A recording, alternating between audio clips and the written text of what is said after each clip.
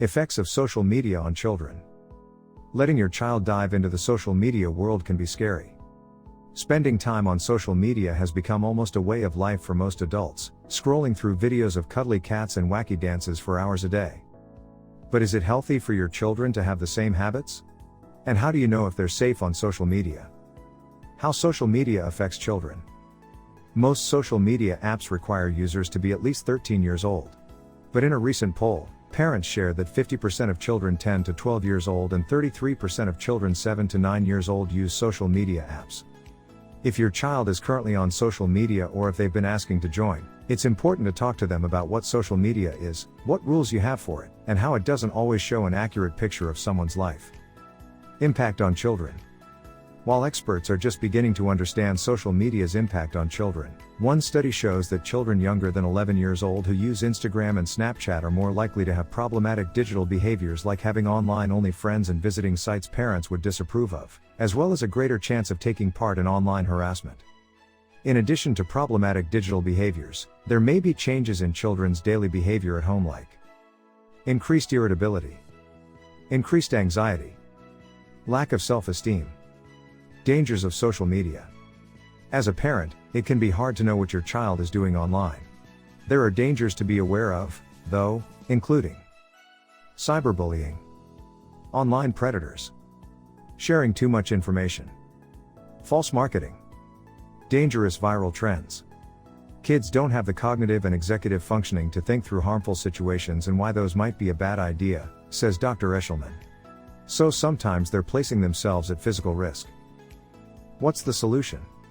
Social media can have a positive effect on your child, helping them learn how to communicate with others, navigate relationships, and how to manage somebody who isn't being kind to them. So, no social media at all might not be the best, or realistic, solution for your kids. But if you decide to let your children use social media, make sure to talk to them about expectations, both yours and theirs. Here are a few tips on how to navigate the social media world together. Determine if your child is ready. Even if your child is old enough to join a social media platform, they might not be ready for it. As the parent, you have a good sense of their maturity level and how they interact with others like coaches and friends. If you're unsure, Dr. Eshelman suggests doing a test period on social media. Parents should identify their expectations and communicate those to their children, she says. Also, identify consequences of not following them. Talk to your kids. From the beginning, it's important to have an open and honest conversation with your children about what social media is and what it can be used for. Ask why they're interested in having an account on a particular platform and what they want to use it for. But as they start venturing into the world of social media, keep talking. If you hear about a popular TikTok trend or that a newsworthy story is trending, talk to your children about what they think and what they've seen, says Dr. Eshelman. Limit screen time. The American Academy of Pediatrics recommends limiting screen time to 2 hours a day for children. Eshelman says that's a good guideline but wants parents to also focus on the big picture, making sure your kid is still getting enough physical activity and face-to-face interactions. It's not always just the screen time that's the problem, she says. It's what the screen time is in place of. You can always use a screen time app that automatically sets limits, too, to prevent arguing. Monitor their usage. Dr. Eshelman suggests checking on what your child is consuming, whether that's scrolling through their tablet or phone or using a social media monitoring tool. See what apps are there and familiarize yourself with those, she says. Ask yourself if this tool is going to fit your goal. Model good behavior. Easier said than done, right? But Dr. Eshelman says practicing safe and healthy social media behaviors in front of your child can go a long way.